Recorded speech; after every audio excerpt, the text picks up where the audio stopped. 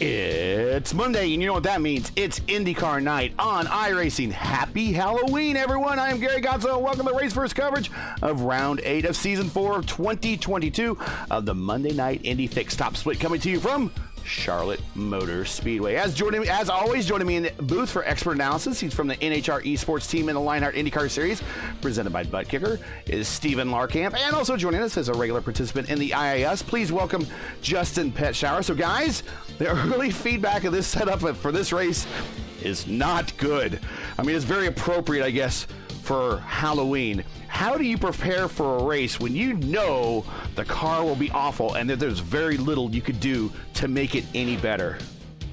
Well, for that one, you really have to adjust your driving. And to answer the question that's probably in everyone's head of why this setup is so spooky for this spooky day, it really is. Like, they have gotten it up to as tight as it possibly can, and yet it's still getting loose off of turn number 4. So these guys are going to have to be very, very delicate. They're going to be very careful with their inputs with the wheel. They're going to be very careful with the throttle, maybe even lift off the throttle a bit more than they would normally, even for the amount of downforce that they have. So it's going to be one of those cases where it's going to be the guys that have the best throttle control, the best sense of what the car is doing, they're going to keep the car on the road, and they're going to win the day today. Yeah, another thing that is noticeable, too, from what we were seeing in practice here, cars were getting really, really loose off of not just turn 2, but also turn 4. So they're going to have to do everything they can to hold on for dear life, essentially. Side-by-side racing, it may be possible. We don't know yet. But I have a feeling we're probably going to see get that choo-choo train going here. Get ready for your Halloween Eve or Halloween Day parade. How about that? The IndyCar records you need to know here at Charlotte. IndyCar raced here 3 times, but only 2 races went to completion. We'll talk about that third one here a little bit later. But the track record is set in 98 by Tony Stewart when he drove for Team Menard with a speed of 220.498. Nearly 25 years after the fact, this continues to be the existing track record still at CMS to this day. The career IndyCar wins leader at Charlotte, held by a pair of Indy 500 champs. Buddy Lazier won the inaugural Visionaire 500 here in 97 for his second career IndyCar win. Kenny Breck won here in 98. It was his first ever IndyCar win. The win here was a catalyst of him winning the IRL championship that season. Beginning in Charlotte, Kenny won 3 straight en route to the 98 IRL championship. So stand by in the garage area. It's time to go racing. And what are we looking at for speeds? Well, nowhere near that track record I can see. We got Pinero provisionally sitting at 216.267. Yeah, and I was looking at Edson Santos as he crosses the line and moves up to P6 at the moment with a Trey Shadid with a great lap. 24.323. And the pace I'm seeing here is they're holding the speed fairly well, but but you're talking about speed-wise there, the highest speeds I'm seeing are 217 going into the corner. Stevie, I hate to interrupt. I got the binoculars here. I'm looking down on pit road and just looking at Chris Wilhite's reaction, just looking at the scoring tower. He goes from jumping up and down to just literal dejection, like, oh. Yeah, he came so close for pole position here, that Chris Wilhite. Very fast all season long, and he's fighting Adriano Pinero for the championship. The problem is Pinero is on pole right now. A 24.203 is Pinero's time. Wilhite, a 24.208. Only 5/1000ths of a second. That's how close the top guys are tonight. They seem to have found something that works pretty quickly. All right, let's get ready to take a look at today's starting lineup here from Charlotte Motor Speedway. Is a all start from that ceremonial diagonal position right there at the quad oval area, right underneath the start finish line. We got 25 cars tonight, which is nearly a full field. Fixed races full field is 26, so we should see teams and drivers engaged in wheel-to-wheel almost every part of the field from top to bottom as they're currently loading in here. And let's go ahead and get that starting lineup on the screen. Go ahead. And on the pole, as I said, Adriano Pinero in the number 1. Very fast once again. And alongside him, Chris Wilhite in the number 2. This is going to be a fierce championship battle, I think, and these guys are going to be putting on a show. Mark Murphy will start 3rd, a very good qualifying effort for the defending champion in the number 4. Alongside him, his teammate, no less, Trace Shadid in the number 5. Maybe we can get him in the interview room this time. Yes. Rodrigo Franzoni, a bit of a struggle there in qualifying. He'll start 5th in the number 11. Alongside him, our old friend Gavin Sanders in the number 10. He'll start 6th. Hamilton Akabueze in the number 13 will start 7th, alongside I5G driver Brendan Lichtenberg in the number 9. Rounding out your top 10 will be Edson Santos in the 22, alongside the Barbie car, Peter Kubuski in the number 6. Row number 6 will be Rafael Eckert's number 19 and Dakota DeMade in the number 8. Tony Pizarro in the number 7 will start 13th on row 7. He'll be alongside the 14 of Stephen Lee, starting 14th, fittingly enough. Antonio Estrada in the 25 will start 15th, and he'll be alongside Jeff Murray in the 18. Row 9, Frank Irwin Jr. in the 20, and Matt Mercer in the 12. Row 10, Michael Gorariga. I probably butchered that name. My apologies. That's all right. Alongside him will be the 15 of Antonio Fraporti, rounding out your top 20. Bruno Romanzini in the number 17 will start 21st. He's the last driver to post a qualifying time. He'll be alongside Alan Morea's number 16. And then William Price, Valmore Arnhart, and Freddie Yuto Garcia make up the 25 cars that will take on 75 laps here at Charlotte Motor Speedway with a scary setup on a spooky day. And remember, in my opinion, they should have run this one. They should have run this race at night. It would have been even better. Absolutely should have been done at night. Have the full moon for good measure. Yeah, and don't forget, Mark Murphy is driving with a hand cast. That's true. He's still nursing that injury from a few weeks ago. It's great to see that he's toughening out the way he has, and hopefully his hand is recovering well. But he's gonna put under a bit of strain tonight. 75 laps of Charlotte in an Indy car. It may not be the most physical car, at least from a force feedback standpoint, if you got your setup the right way. Yeah, I saw that. What happened? We almost had a US 500 start there. Yeah, well, Murphy almost got to the side of Shadid. I don't know if he was kind of joking him or something, but almost got into his side. But we are getting ready to go green. Pace car peels off. Pinero quickly gets on the throttle. Green flag flies, and he leaves Wilhite in the dust as they head into turn number 1. Wilhite tucks in the line there. Murphy moves in the 3rd, and look at this 3-wide action. Franzoni trying to look on the bottom of Shadid. Not quite enough. Gavin Sanders trying to stick it up on the high side here as they make their way off a 2. Clean thus far. And Franzoni almost grabbed the apron there going in the 1. Yeah, they had such a good start, but had run out of room. Very close stop there. Franzoni drifts way up high off of turn number 4. Shadid clears him, but it's going to be Pinero leading the way. Gavin Sanders tries to clear him up on the high side in 1 and 2. Look at him way up there on that. Very close. That's up the wall there. Trace Shadid looks like he almost lost it. I think he bounced off the wall, just coming off the 2 there, still running that high line. He thinks he's Kyle Larson there. Wow, Gavin Sanders. Maybe even taking that was him again. A bit early to be taking something out of Ross Chastain's playbook there, Gavin. That's a bit early to be. I mean, I guess that high line seems to be working pretty well for him right now. He's worked his way up to P4, as now we're starting to get themselves in the single file order here. Franzoni now clawing himself back up on the gearbox of Sanders through 3 and 4 on lap 3. Pushes up just a bit, but there's a huge run behind these two. That's Peter Kubuski up on the high side there of Trace Shadid. Shadid having a rough start so far, and now Peter Kubuski in the Barbie car is the next one that's going to be trying to take advantage. Oh, he gets stalled out there just a bit. Gets the door slammed shut. Oh, almost contact there between Trace Shadid and Kubuski again. Look at that run. Oh, very close stuff. But that high line seems to be working very well. Kubuski clears Shadid, and now he's going to try and do the same thing to Rodrigo Franzoni. Not quite enough to get the run yet, heading into 1. That might be the way to get yourself around getting loose, is staying up high and just not turning your wheel as much as everyone else. That could well be, and it could be what Sanders and Kubuski are going for right now. Whoa! But you gotta be really careful. As we saw there with Kubuski, I thought he was gonna hit the wall there for sure.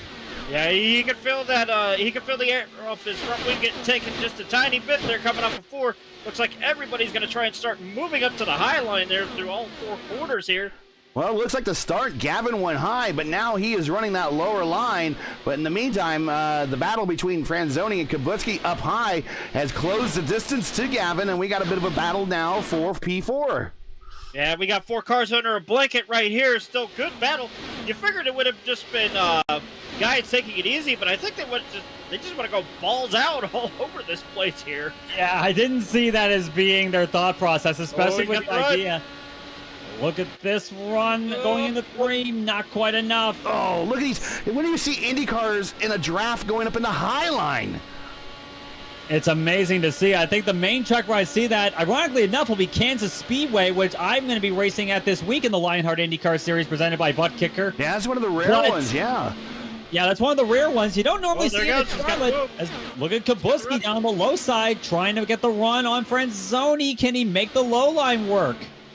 Looks like he's going to make it work for now. He gets that run. He clears it. Yes, he does. He got close to the wall there. Up to P5. I don't think he's got it, though. He's coming back. Oh, no, he wasn't. Not quite enough yet for Rodrigo Franzoni, and now he's got Trey Shadid to worry about, but these guys are keeping themselves pretty close together. Gavin Sanders now has to worry about Peter Kubutsky, but meanwhile, the top 3 have just broken away. Pinero's got a noticeable gap, about 0.7 of a second right now, over Chris Wilhite. Make that 0.8. And Mark Murphy just lying in his wheel tracks, but they've got about a second gap back to Gavin Sanders in this pack here. Here comes Murphy underneath Wilhite going in the 3.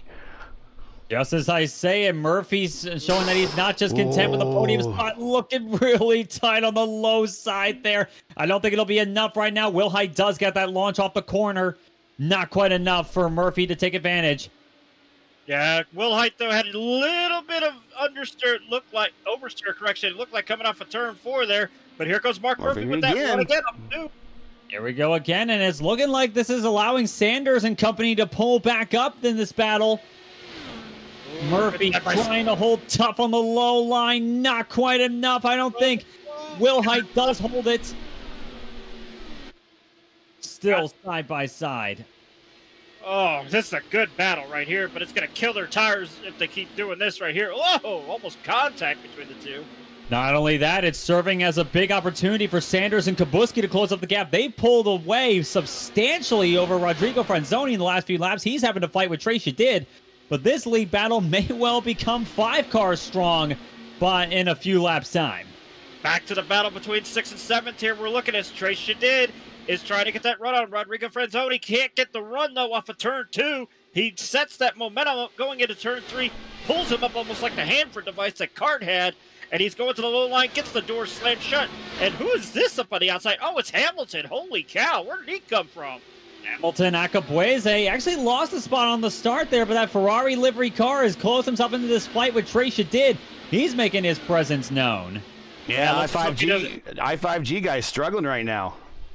Yeah, let's just hope Akabueze doesn't have Ferrari strategists to screw him over in this one. Oh, sorry, I couldn't help myself. It was too easy. Yeah, a bit of an easy joke there, but then again, Ferrari kind of make it easy for us. But Hamilton Akabueze, here we go. He's not going to make it easy for Trey Shadid and Rodrigo Franzoni to shake him. Oh, still good battle. Wow, one shot big time by Trey Shadid there. You figured Akabueze would have gotten the run going into turn 3 there on the low line, but he backed out, realized that probably wasn't going to work because I probably would have had the door slammed shut on me there. And played it safe, backed off, and still maintaining the momentum that he has right now. Very true, and Akabueze probably also is thinking maybe if they're fighting as hard as they are, one that might cough up a position. But Shadid still holding strong there as Franzoni now has to deal with lap cars right now. Yeah, that's Bruno Romanzini. Unfortunately, he's fallen to the rear and has already been put down a lap. Not sure why. He maybe had hit the wall early on, but he is down 3 spots. He was at the rear anyways. He possibly was thinking strategically that there might be a big one to happen here, but as typical as these races go, once you get going and separated, there's not going to be a big one, but what you're going to have are a bunch of little ones where these cars are going to get loose off of 2 and 4. Yeah, exactly. And that's the thing I was thinking as well, is that if they're able to get through the first few laps and they get a feel for the car, they're going to be able to just measure their pace a little bit, maybe fight for position when they can. You're looking also at you look at Trace did and Hamilton Akabueze once again as a case in point here. But if they're able to get these cars running, they get a feel for it. It's going to be a couple of small incidents that could well be, and that will be the cautions that we see tonight if indeed we have them. We're getting closer and closer to the opening of the first pit stop cycle on lap 19. We're going to be, it'll be about 20 to 25 laps, I would wager, is about the run time we're going to get for pit stops. Yeah, Tracy did that previous lap coming off of turn 4. Noticed he had a bit of a twitch there. Car stepped out on him, and he somehow managed to save it. Was a courtesy of Dirty Air, though, as there's a good battle up here in the front between Gavin Sanders and Rodrigo Franzoni again. Franzoni got around Sanders, moving Sanders back to 6th. Sanders running way up on that high side once again. He's trying to relive the glories of the high line once more. But Franzoni's got a gap right now, and he's got Hamilton Akabueze now looking all over him for position number 6 as well. Ooh, stepped out there as well for Akabueze. Yeah, saw a couple start stepping out. Gavin stepped out a little bit. Saw Trey Shadid step out about a lap or so ago.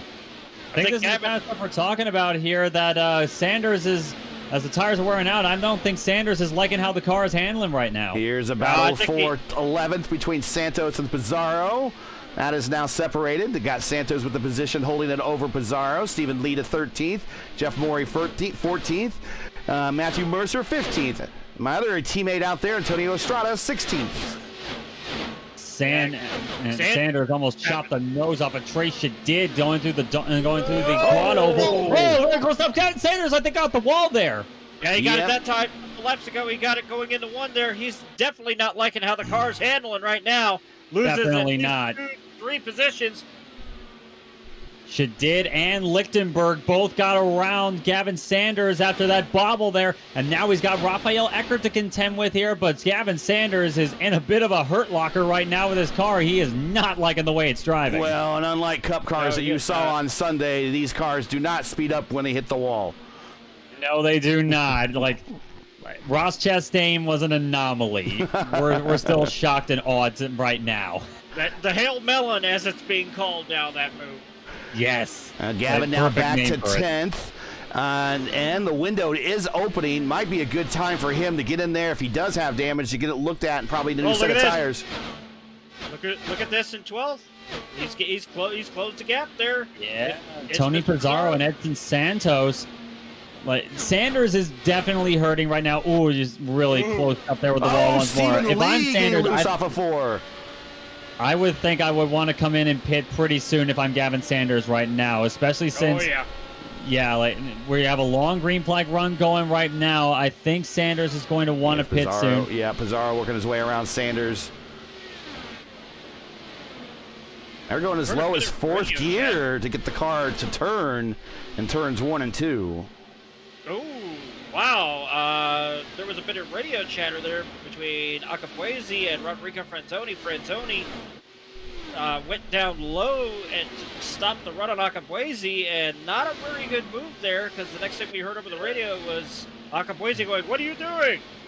Yeah, Akabueze none too pleased with that kind of move, and frankly, I don't blame him.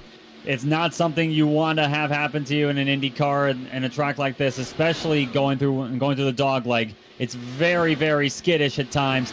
Hamilton Akabueze, he is looking everywhere. Franzoni actually lets him go. Yeah, he just lets him go, which might not. That's actually something un-Franzoni-like right there. Normally he'll fight you tooth and nail, and he just decided just to let him go and maybe save the tires for a battle later. I would agree. We got a car slow coming back up on the track. That's Rafael Eckert. Very close there. What happened to him? I think he actually may have gotten touched there. Yes, he did. He made contact with Brandon Lichtenberg, I think, going into turn 1. Amazing save by Eckert, but he's lost a few spots in the process, but that's one of those saves you got to commend. Well, we got to go back and look at it. You caught it. We did it here on the broadcast. Let's go ahead and take a look and see what happened. Ooh, hate to say it, boys. The dreaded net code. Yeah, it was really close net code there. It was definitely a netcode contact, it looked like, between Lichtenberg and Eckert. But amazing save nonetheless on Eckert's part. That was one of those saves that's hard to make right. But he managed to pull it off. All right, so things are starting to settle down just a little bit. 30 of 75 in the books. Pinero is your leader by 1.8 seconds over Chris Wilhite. Peter Kavetsky has moved himself in the pink car up to third, and now he's challenging Chris Wilhite for seconds. Yes, he has. Kubuski got around Mark Murphy, and he is looking very, very strong. He started 10th, currently running spots, third. Yes. Oh, what a run he's got there. Yeah, the Barbie car is running fantastic tonight. Let's see if he can make that work. It looks like he's trying to work that high line here, trying to stay out of the slipstream directly of Chris Wilhite in the middle of the corner. That seems to be what he's working at right now. He seems to have his car working very well for him. Yeah, it's going through 3 and 4 that last lap. See if he does it again. Wilhite goes low. No, actually he doesn't. Kubuski to the low side by side in 3 and 4. Can Wilhite get the launch off the corner again? It looks like he will have the edge at the line. And he will clear him almost. Clear. Kubuski, he's clear now. Oh, bit of wash up there. Yeah, that's the thing. You chop the front arrow off your car in the middle of the corner. You're committed, and you were already committed there, and you just lose grip immediately. That is one of the things that you hate to experience as a driver, but is one of the facts of life in IndyCar racing here.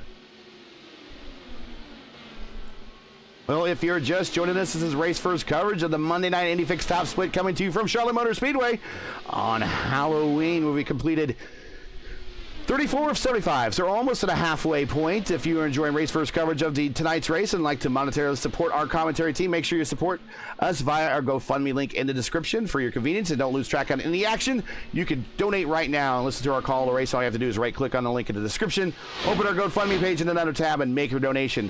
When you're done submitting your donation, you just close your tab, and you'll be right back with us. It's just that easy. Thanks for joining us. Make sure to push the like button to show your approval of this close racing here early on a setup that is, well, pretty dog. Everyone says that it is, and make sure if you haven't already, we're on our drive to 1,000 subscribers. We got only 30 to go to get to 1,000. Help us on that drive. Turn that red button gray if you haven't done so already, and click the bell for weekly reminders of other iRacing broadcasts we have on iRacing. Here on Race First, we have lots of them. Now we have a battle for second, going back into 3. Still side by side, Kubuski and Wilhite. This time Kubuski gets it done. Beautiful run there. And I guess to kind of punctuate the point there, it's kind of fitting that we that on the spookiest day of the year, we run the spooky set. But these guys seem to be stone facing their fear on this one tonight. And I gotta say, the ones that can do it, hats off to them tonight. Adriano Pinero has been the textbook example of that once again, but look at Peter Kubuski. He has just been picking them off left, right, and center, and a fantastic drive for the Czech driver. And he gets it around Freddie Udo Garcia there, and that Valvoline throwback.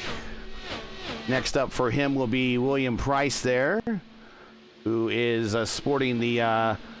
I believe that might be Dakota's white Red Chris Wilhite trying to get a pit. That's Kevin.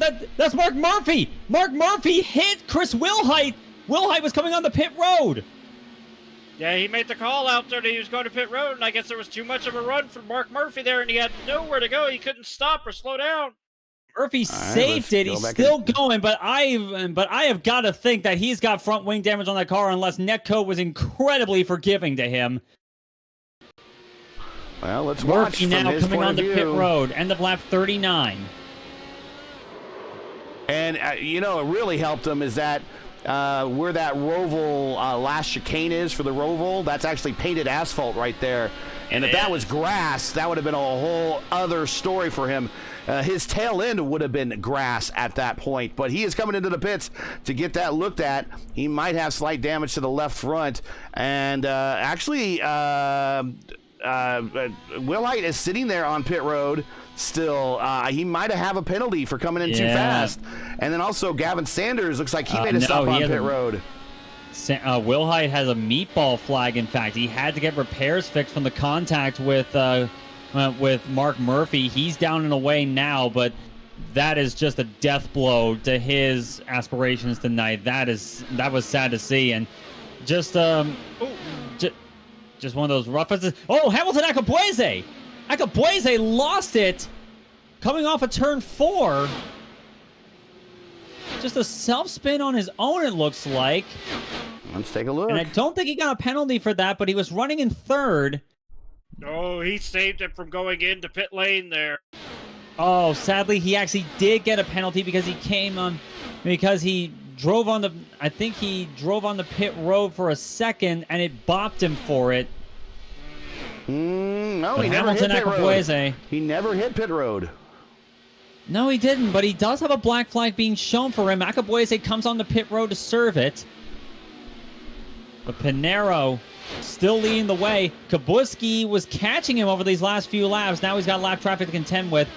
But now that we're getting later on in the stint and people are struggling with old tires, this pit stop cycle may well knock a few drivers out of contention if they're not careful. Yeah, that's typically what green flag pit stops do. We're about 6 laps away from really the latest pit stops. We see Gavin Sanders, looks like repaired with fresher tires, working his way under Kubutsky there. Gavin, unfortunately, is down in 21st. A lot of cars have come onto pit road so far. We're waiting on the top 12 to come in. Kubutsky signaling he's coming in this lap. Same with Trey Shadid. Shadid came in on the last lap, I'll say. And now getting it down to speed. Oh, it was Sanders. Sanders on the apron once again. Just driving mega aggressive right now is Gavin Sanders after all that's happened. Got loose off of turn 4 there.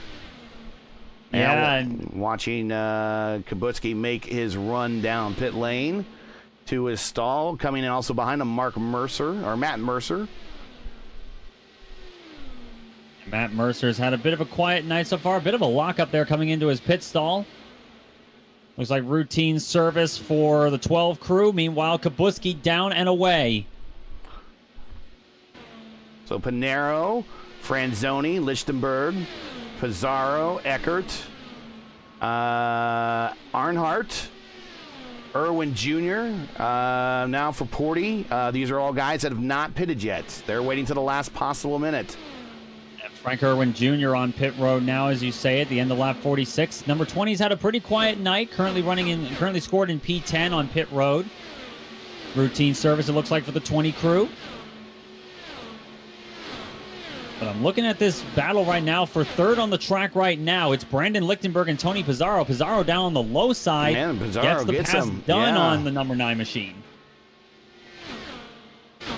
We got another car coming behind them. That's Rafael Eckert. Bit of a lockup there on both front tires, trying to get it down the pit road. You're going from like 200 miles an hour down to 45. Yeah, this is just glacial. Yeah, that needs to be changed. Something that iRacing needs to allow a variable pit road speed when you're racing Indy cars at some of these tracks. Agree. But now Adriano Pinero getting passed right now by some of the fresh tire runners. And one of those fresh tire runners, I'll say, he's not in the frame of Pinero, but Peter Kubutsky. That's the guy I've got to keep an eye on right now. He was catching Pinero, consistently speaking, over the last run. But we'll see what fresh tires can do. Can he indeed jump the number 1 machine? Pizarro hit the wall off of 4. Yeah, I saw that. Tony Pizarro dangerously close there. You gotta be very... I think he did hit it. I think he did hit it because he's down a little bit on speed, though. And looking back on it, yes, Kubutsky. He did. He smacked his right side pod with his with the wall there. As now Kubutsky gets the pass done. Dakota DeMade on pit road. And we're just waiting on 4 right now. Pizarro, Lichtenberg, Franzoni, and Pinero.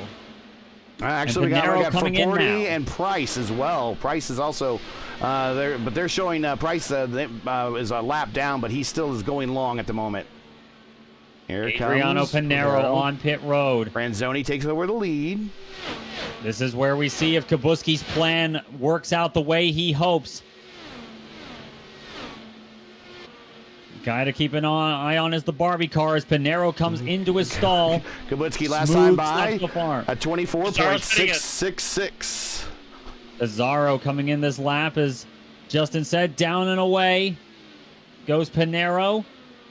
Looking at Kubuski. Kubuski's catching him at full speed. He is going to pass him. Peter Kubuski passes Adriano Pinero, takes the effective lead, and it's not by him, and it's like not even close. Yeah, and Pinero is trying to fight his car to get back up to speed a lot faster. You saw him shaking it back there as he's coming off a very bumpy apron back onto the backstretch. That moves him into second. The I5G gang is now your leader. He is now 55 laps into his current stint. He is going to pit any time now. He is waiting for this caution possibly to check to get most of the field caught a lap down, but it doesn't look like it's going to happen yet. Here he comes, makes the dive to the inside, lets everyone know that that's probably his pit-in call. Staying low, there's the 40. On the tech, but he does come in. 55 laps for Brendan Lichtenberg, and that is as far as she'll go. But looking at Peter Kubuski, the only one left I'm seeing that hasn't pitted yet is Adriano Fraporti, but he definitely needs to stop as well. Kubuski will be effectively the race leader after things shake out. Yeah, and that's, you see Fraporti, you see Kubuski right behind Fraporti, reeling him in. Kubuski at 24.656, Fraporti 25.883. He is struggling. Oh, and now he's got some lap traffic there that's playing with him a little bit. That's causing him to check up. Let's see if he makes that dive down on the pit road this time, or if he goes one more lap. Nope, one more lap. Those tires have got to be screaming. They've got to be in agony right now, but this is great fuel mileage running right now from Adriano Fraporti. He started towards the back of the pack, so I don't blame him for running the strategy. But right now, Kubuski goes by. This might be his pit-in call. He moves over, lets Kubuski on by. Kubuski is now your leader on the racetrack. Fraporti going into the pits. Bit of a slow pit entry, it looks like, for Adriano Fraporti. Yeah, he's nowhere near the pit entrance there. Probably a wise thing when you got tires that are nearly 60 laps old. True. Those tires are just dead to rights right now. But Kubuski, what a strategy call. Beautifully played. He is nearly 3 seconds ahead of Pinero. 3 seconds, but Pinero last time by 24.6. Kubuski 24.9. This time Kubuski at 24.6. This time Pinero at 24.5. He is catching him, and he's gonna have just over 15 laps to do it. We've seen crazy things happen, and Adriano Pinero is one of those guys that can pull it off. This could well be a great tussle at the end of this race. Okay, let's reset the field real quick as we're coming about 15 to go, 60 of 75 in the books. Kubuski, Pinero, Murphy has somehow managed to recover and get to third. Trace Shadid, his teammate, is in fourth. Stephen Lee, one of their cooperative partners that they kind of work with on the racetrack, fifth. Franzoni, sixth. Eckert, seventh. Santos, eighth. Pizarro, ninth. Matthew Mercer, 10th. We got a big pack towards the back of the top 10 and a few people further down the order. Look at this pack right here, and these guys are all on fresh tires. They're all fighting for position. Look at Tony Pizarro up on the high side of Edson Santos. Look at this move. Yeah, and you also have a very fast car and a good driver there. Chris Wilhite almost getting wheel contact there with Santos. Wilhite already a lap down after that unfortunate incident with Mark Murphy coming on the pit road. He's going to have to play this very, very carefully if he doesn't want things to turn out worse, which I know he doesn't. No. He doesn't want things to turn out worse, obviously. And Gavin Sanders, unfortunately, is out of the race. I was just about to make a note of that. Yeah, he just disconnected. Not sure if it was just... And it looks like it was actually a self-spin off of turn 4, where he just decided that this race was enough for him. Had enough. Oh, Pizarro! Ooh, Tony Pizarro. Pizarro really fighting hammer and tongs right now in this battle for 8th place. Rafael Eckert is the next guy in line up in front. but they've got a lap car in between them. Tony Pizarro's fighting side by side. Oh, Edson Santos trying to look down the low line, not quite enough. And that's Dakota up high, trying to give him room. Dakota is a lap down at the moment. He's in his special Halloween livery. Talk about going balls to the wall, though, for Pizarro off of 4 a couple laps ago. It's as if everyone saw what Ross Chastain did yesterday, and they're thinking, you know what? I want to be a braver driver. Let me do something dumb, too, yes. Yeah. Lichtenberg has worked his way up into the 9th spot during this battle. Pizarro 8th, Eckert 7th. Yeah, I believe it was the great Nigel Mansell that once said, there's a fine line between being brave, being ballsy, and being stupid. I think it was close to all 3. And back up front, 10 to go, and we're under a second for the lead. Lichtenberg looking to the low side on Pizarro, but you are right. This lead battle looking to be really, really good. Pinero has clawed back the positions there. Kubuski's on older tires. He's going to have to fight like hell for this position here. Yeah, going back, we still have that battle between Tony Pizarro and Brendan Lichtenberg as they go off into turn 3 here. Pizarro trying to get that run going. He still does on the high side there. Lichtenberg going low. Lichtenberg slams the door shut on it, takes the air off a bit on the nose of Tony Pizarro. Will Pizarro try and get that run on the high side? Not quite. Hits dirty air, stalls out a bit, sets that momentum run back up to try and get past Lichtenberg, but I don't know if he's going to be able to do it. We'll see, though. 2/10, Pinero over Kubuski. Now they're down the backstretch. Pinero's going to take a look to the inside here, going into 3. Looks to the low side by side with Peter Kubuski. Can he hold on to this position? Kubuski's been fighting all night for this. Not quite enough. Pinero on the fresh rubber. Oh, and he really clears him. blows by him there. And right in front of them, Antonio Estrada. And one of the other race first cars. He's the last car on the lead lap in 14th. Estrada's really going to have to play this one nicely with the 2 leaders. It's been pretty good so far. No cautions as of yet throughout this whole night. The 2 leaders right now are over 8 seconds ahead of 3rd place, Mark Murphy, who is still running there after all that has happened with him tonight with Chris Wilhite and company. Did Pizarro hit the wall again? No, he's got a little bit loose. Yeah, Pizarro really driving that car loose hard all night tonight.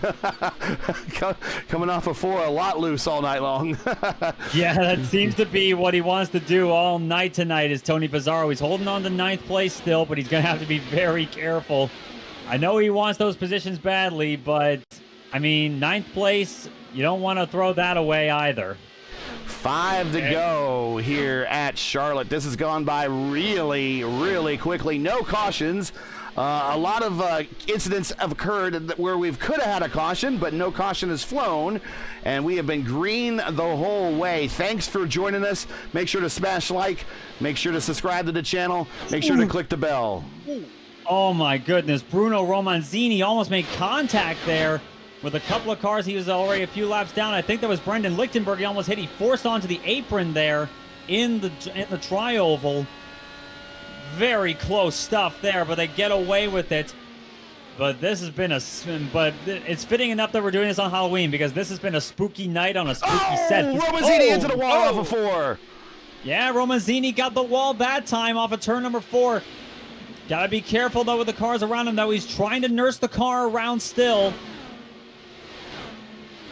Yeah, we got a good battle here for 6th place here. Here comes Rafael Eckert on the low side. Oh, close contact there. Stephen Lee doing a great charge into the top 10 here in that Samsung car. Oh, fantastic charge there. But it looks like Rafael Eckert is not going to be able to get away, though. He slams the door shut on Stephen Lee. Lee has to go to the high side. Here comes Brendan Lichtenberg on the low side there with that momentum. Lichtenberg having a peak down low. Not quite enough as of yet. Can he get him done in 3 and 4? Stephen Lee running way up on that high line. He actually pretty much just lets him go there. I think he got him tight. Yeah, he got a little loose on exit there. He lets Mr. Arca Brakes go.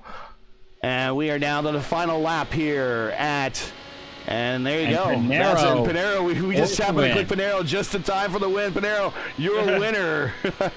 And I guess to no one's surprise, there was a moment of doubt there, but he just slowly reeled in Kubutsky and passed him and went on to extend his lead by about 2 seconds to win this race. Mark Murphy finishes P3. Peter Kubutsky, of course, will be second. Franzoni and Shadid are your top 5 tonight.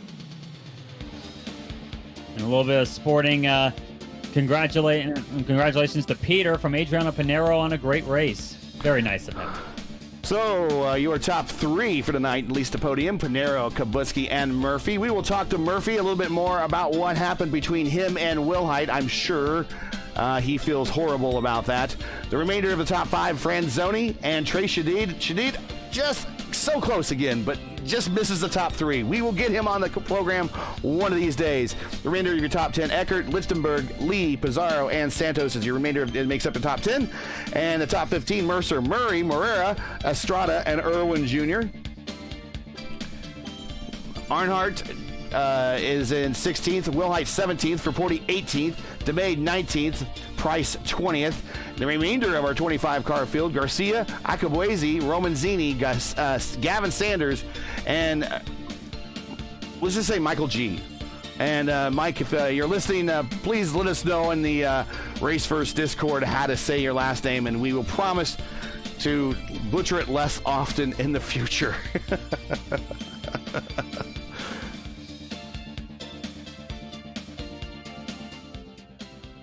Still waiting on people to pop in the interview room. Yeah, I got some people probably no breaks in this one. Probably need a little bit of recovery time.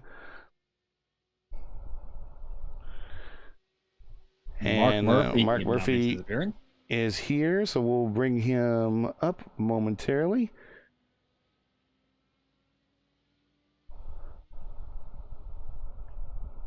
I can bring him in.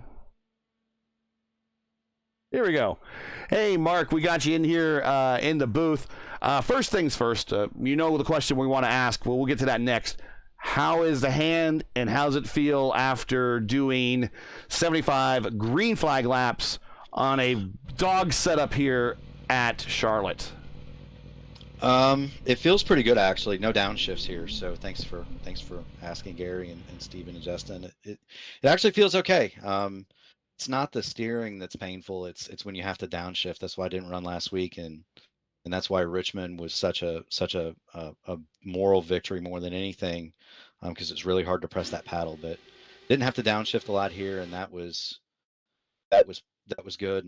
And you know, we come home third. Yeah, come home third. Go ahead, Steven. Yep. I know what Steven's going to ask. Yeah, like I think we know what we're going to say here. But that incident with you and Chris Wilhite, and amazingly, you came off the better one of the two. What happened there?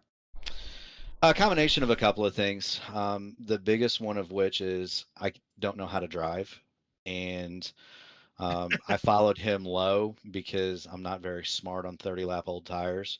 And when I followed him low, he called pit, and when he called pit, we were at that Xfinity sign on the grass there, which that's just about where you'd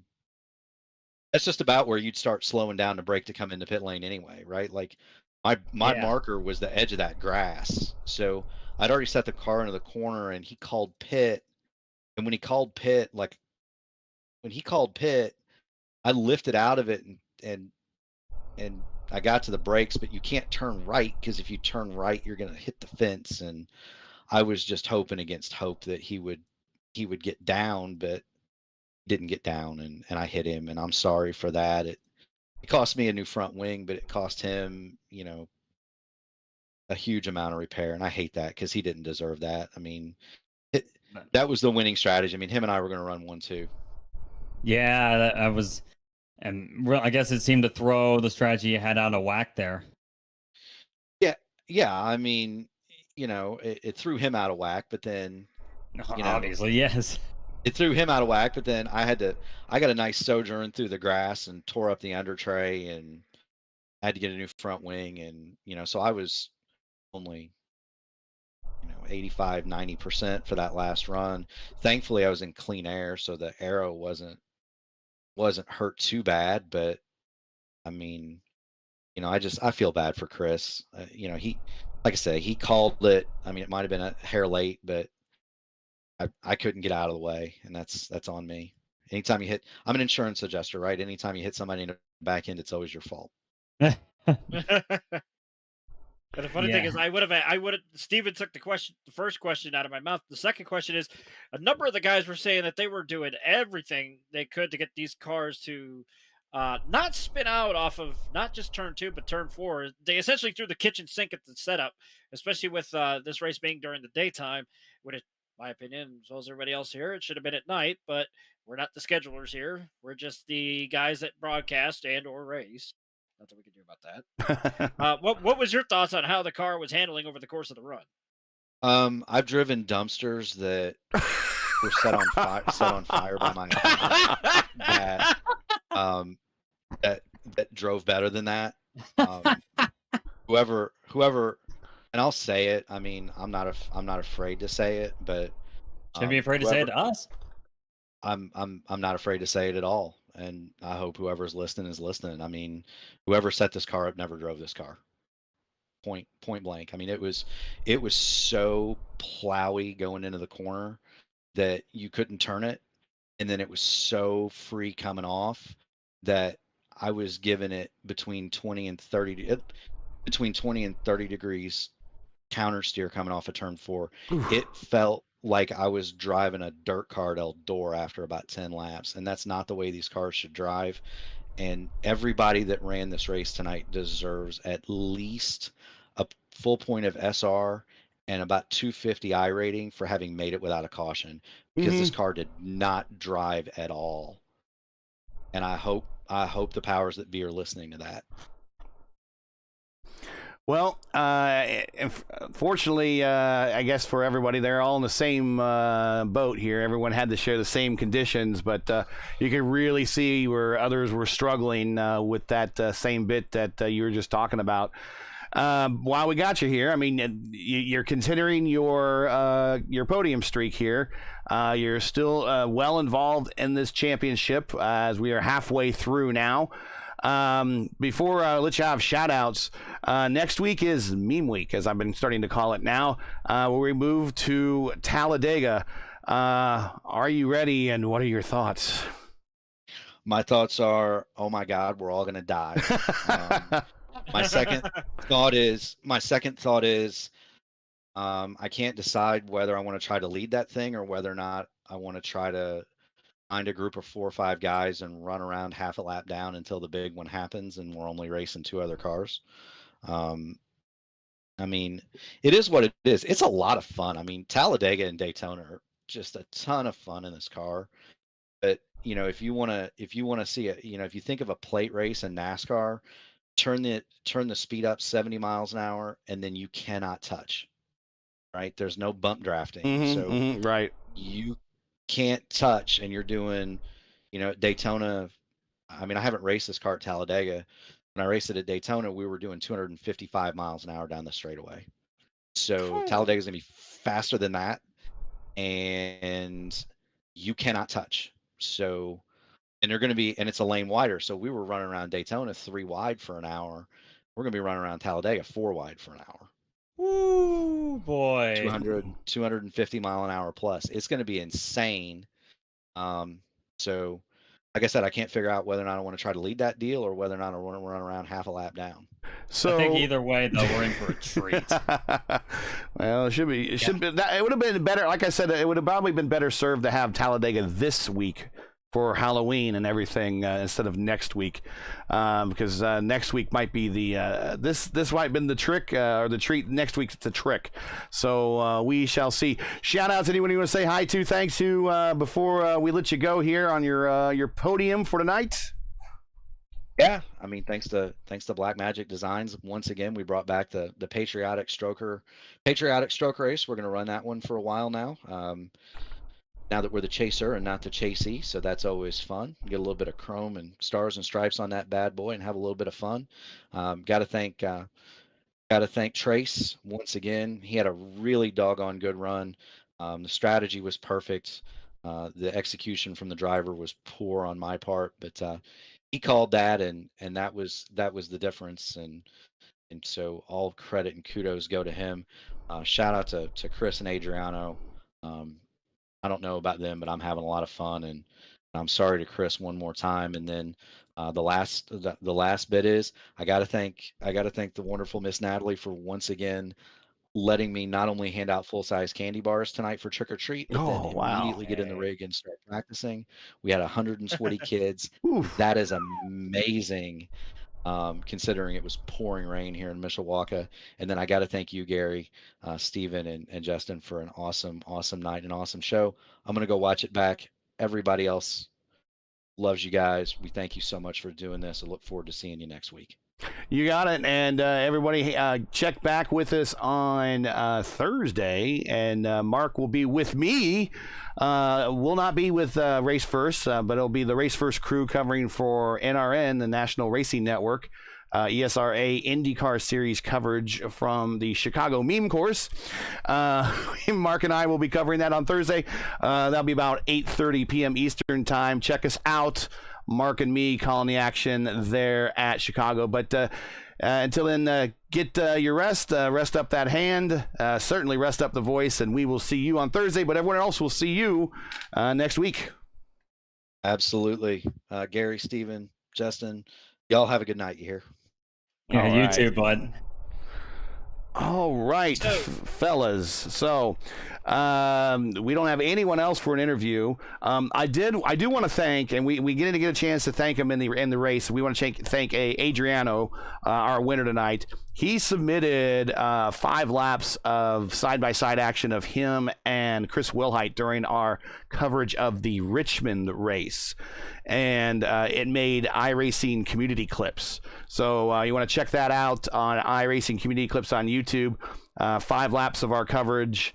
Although not all the paints and everything, but it had our voiceover. Didn't have our. They removed our overlay and everything, but they just had at least had our voices covering it. So good work by Steven during that time. He called the bulk of that action. So thank Adriano and for making us look good, and thanks Steven for making me look good as well. So guys, Steven, you first. Thoughts on the night, and then moving on to Talladega. Well, I gotta say, because Mark Murphy's words, where's the lie with that? The setup just was working completely against the drivers tonight, but we still ran caution free. That is absolutely amazing, and it's a testament to is a testament to how good these guys really are. Even with a set that is just completely awful, these guys have been able to make it work, put on a good race. There were some moments where there could have been cautions, no doubt about that. But for the most part, these guys really figured this car out pretty quick. And this is why these guys compete in the big splits for the championship. And Talladega, well, what can I say about that track in Alabama? What can I say? This is going to be... I think meme week doesn't entirely do it justice. I think it's going to be insanity week. There's no doubt in my mind that this is... I'm not sure if my vocal cords are ready for Talladega. I can attest to it being a bit of a meme as well, since I used to run in the NIS fix. So next week, it's going to be crazy. I'll say that. In regards to tonight's race, I'm like you. I'm surprised it went caution-free. I kind of figured there'd probably be 1 or 2 with what everybody was saying, but this is what happens when you get the best, in my opinion, the best sim racing drivers in the world. Don't get me wrong, it's not a knock on the guys that that are damn good in the NIS, Open and Fixed, as well as the Cokes. This is just my opinion. These guys right here that we saw tonight, as well as in previous weeks, and the 2022 iRacing IndyCar Series season, these are the best drivers in the world, sim racing. And going off topic here, in regards to what we saw yesterday with the Hail Melon, This dropped from Adam Stern. They released the design of a shirt that they released tonight at 8 p.m. Eastern from the Melon Man brand for Ross Chastain's official merchandise brand. It's a artist rendering of Ross Chastain with his head as a melon, the quote, "The Hail Melon," and his car riding against the wall in 3 and 4 at Martinsville with the tagline, "Haul the Wall," and the date of when it occurred. And I'm immediately looking up to see if I can find that shirt. So that's it tonight. Once again, your podium from Charlotte is Adriano Pinero with a great win, followed by Peter Kubuski, who looked like it might have been his for a while, but just didn't have the tires to make it. And Mark Murphy, who hung on after an incident with Chris Wilhite right about the first pit stop, and he hung on to finish third. Join Steven and myself again and Justin next week for round 9 of the Monday Night Indy Fix Top Split of Season 422, as things will get really crazy as the series moves to Talladega Superspeedway. Coverage, as always, begins 8:15 p.m. Eastern Time. That's 8:15 p.m. Eastern, and you can find everything here on YouTube at youtube.com/racefirst. IndyCars at Talladega, 250-mile open wheel pack racing. What could possibly go wrong? In any case, you don't want to miss it. Hey, we love bringing these races to you, but they're not easy and require time and money to produce. Because of your generosity and donations, we've been able to bring you a year of Indy Fixed action, nearly commercial-free. If you share our passion for the sport of IndyCar and enjoyed our coverage of the Monday Night Indy Fixed Top Split, please take time to visit our GoFundMe page. The link is in the description, and donate to our Season 4 of 2022 Monday Night Indy Fixed Top Split Broadcast Fund. We realize times are tough, so any contribution we greatly appreciated. We thank you for watching and making us part of your Monday evenings each and every week. Now, as you know, the YouTube algorithm game's not easy, so please help support Race First with the weekly grind. Leave a comment below. Let us know what you thought of tonight's race. And if you enjoyed tonight's coverage, support us by smashing like in the video, just like that. And if you're new, click subscribe. We're on our drive to 1,000 subscribers. We only got 30 to go, so make sure to change that button from red to gray. You're doing us a big favor. And while you're at it, hit the bell for weekly reminders so you'll miss out on more Race First's other iRacing programming, including Race First Formula Indy Series finale this Tuesday at the Indy Grand Prix Road Course, and Indy Open Strength of Field this Saturday at Fuji International at 2 p.m. Eastern, with coverage sponsored by Team Watch and Racing Setups. Also, check out National Racing Network YouTube channel this week, as Race First will be filling in for the NRN guys on Wednesday, with Justin and I covering SRC Premier Series action from Talladega. So we're going to see Cup cars at Talladega as kind of a precursor to IndyCar doing Talladega, and a doubleheader on Thursday. As I mentioned, Mark Murphy and I will call the action at downtown Chicago. The ESRA IndyCar Series takes on the Chicago Meme Course, followed by James Watson and myself calling the Indy Pro 2000 Championship race from Spa. That is all this week. So check out youtube.com/racefirst and youtube.com/National Racing Network channels for the correct time in your area. Keep your browser set here for the most in-depth IndyCar knowledge on all of iRacing. Race First, we know what Indy means.